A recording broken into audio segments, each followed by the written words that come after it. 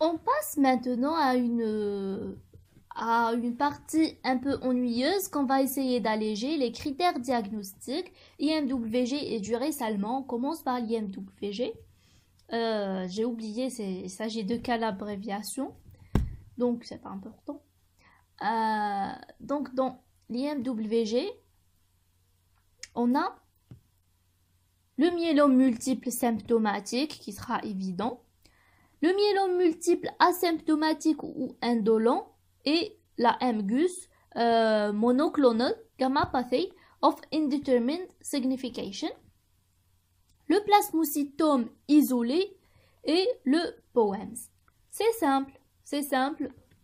Vous allez tout de suite tout mémoriser d'un seul coup. Donc, pour les critères, on a des critères cliniques.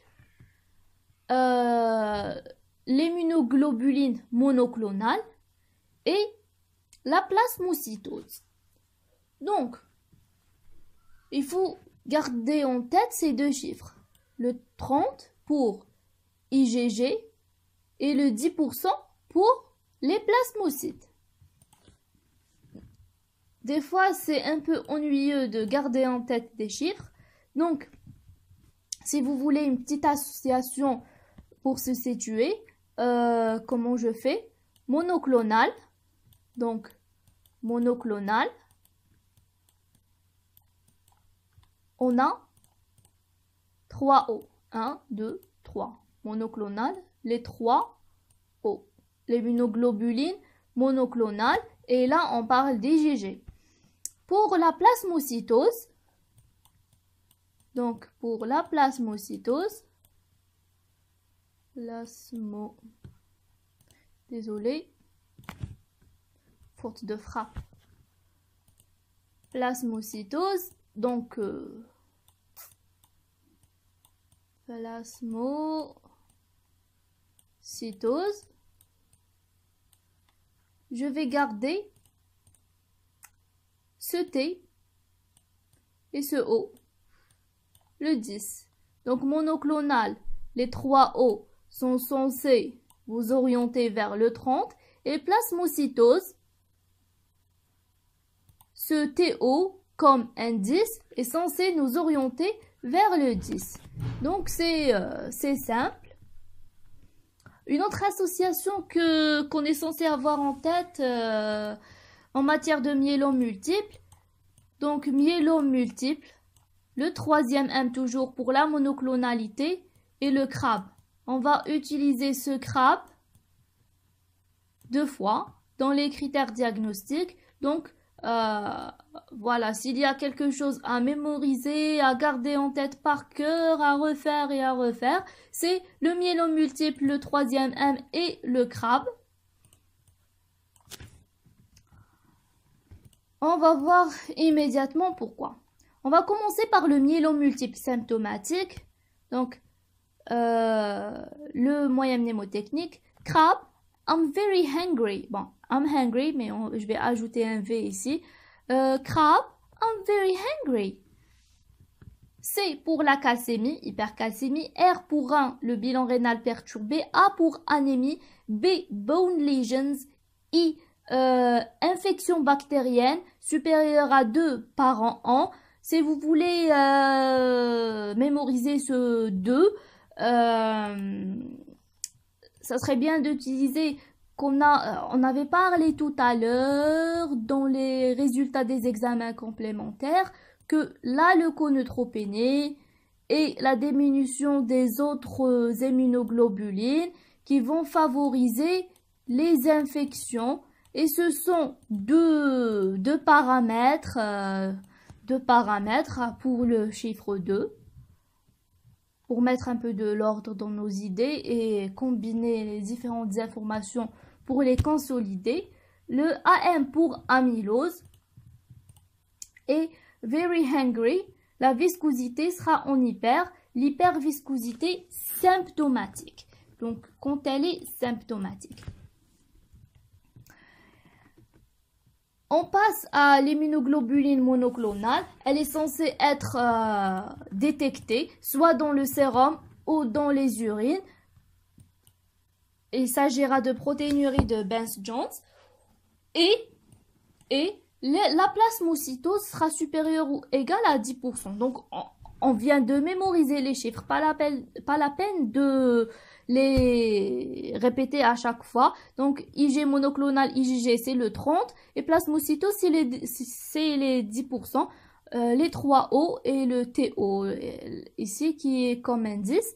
Donc, détecter et plasmocytose supérieure ou égale à sa norme. Voilà, ça, déjà, on peut poser le diagnostic de myélome multiple symptomatique. On passe maintenant. Quand est-ce qu'il sera asymptomatique? Donc, asymptomatique, c'est logique qu'il n'y aura pas de signe clinique. Donc, le jeu, il est là. Les deux normes qu'on avait appris tout à l'heure, le 30 et le 10, il sera supérieur ou égal, mais c'est au choix. L'un d'eux suffit pour dire qu'il s'agit d'un myélome multiple asymptomatique ou indolent. Donc la clinique, rien. L'IG monoclonal plasmocytose, oui, ils seront supérieurs ou égales. L'un d'eux suffit. MGUS, monoclonal gammopathy of indeterminate signification, ni clinique, ni ces deux critères. Voilà. Normalement, c'est bon pour ces trois importants points. Donc, la clinique, quand il est symptomatique, crab, I'm very hungry.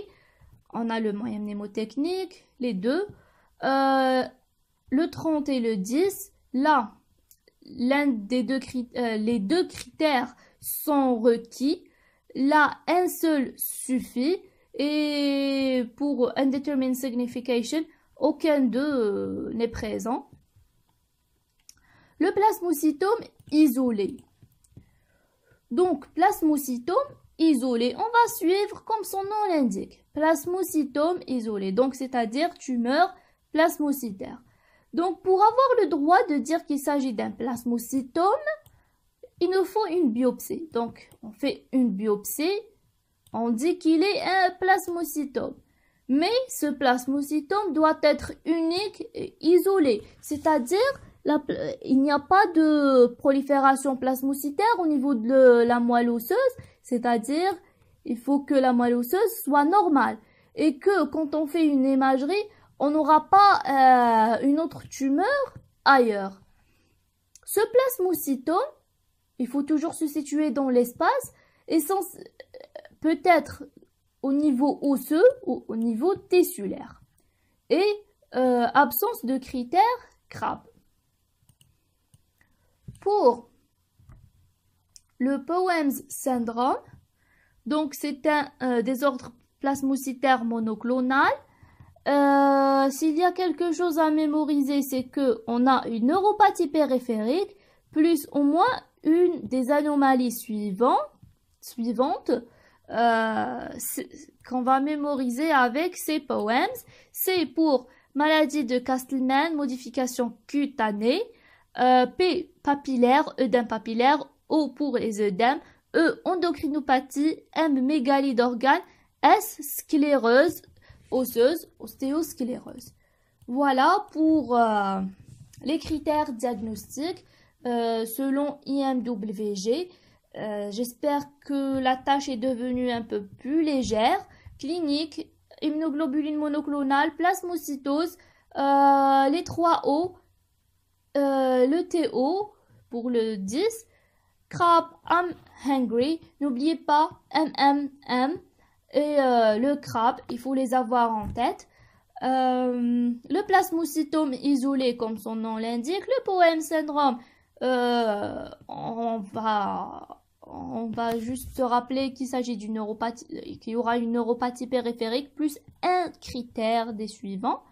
On passe maintenant à la classification de Duret-Salmon, qui a l'air d'être très ennuyeuse, plein de chiffres, plein de critères. Quand je l'ai vu la première fois, j'ai eu mal au cœur, sincèrement. Mais bon.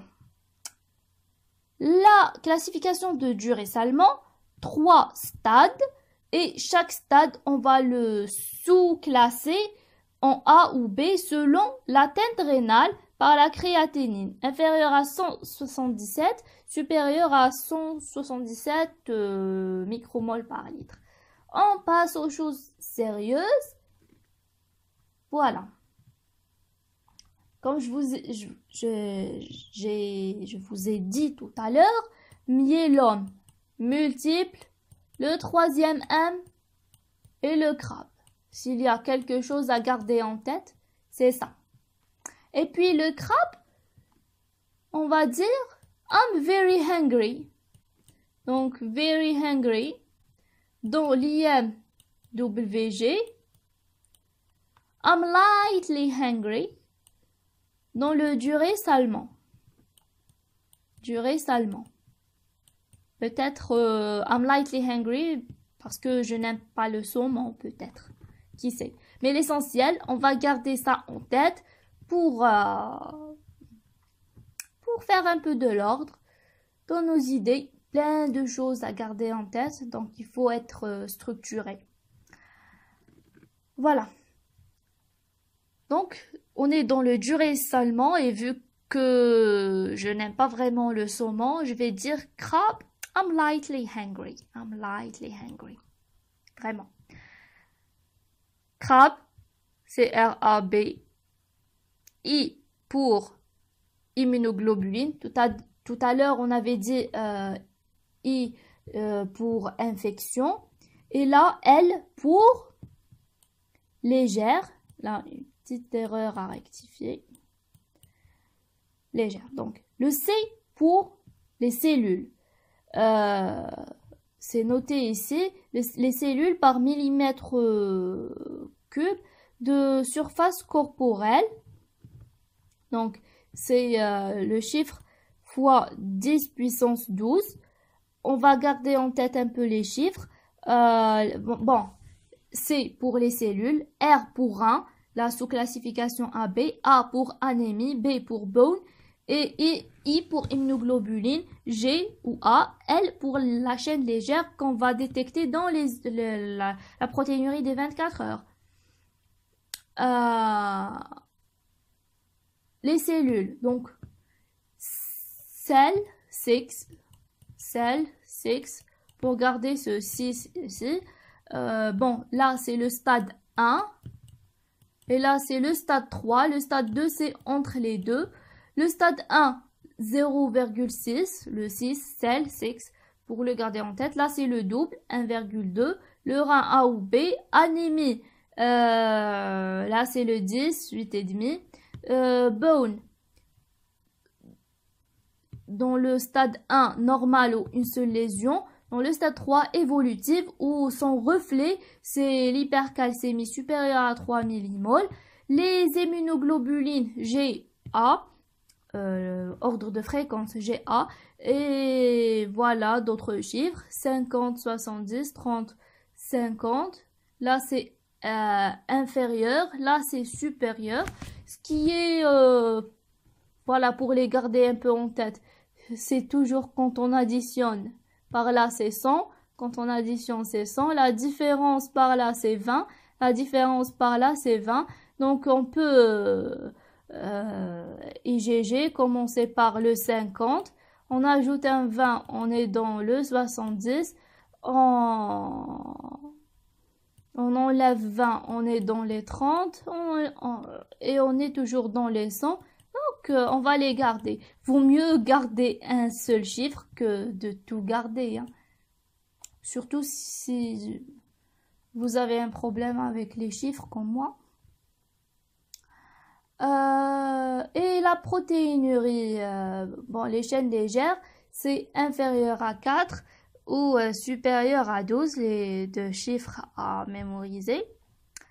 Voilà, j'espère que ça a allégé un peu la tâche. Peut-être pas à 100%, mais espérons que ça a été. Voilà pour ce que j'avais à dire concernant les critères diagnostiques du myélome multiple. S'il y a une chose à garder en tête, myélome multiple, abréviation MM, on ajoute un troisième M. Gardez en tête le crabe, I'm very hungry. quand il s'agit de l'IMWG. I'm lightly hungry quand il s'agit du saumon. Et il faut s'orienter dans l'espace. Myélome, on est dans la moelle osseuse. Donc, il nous reste seulement le traitement. Je vais vous donner une petite astuce aussi pour garder les indications en tête.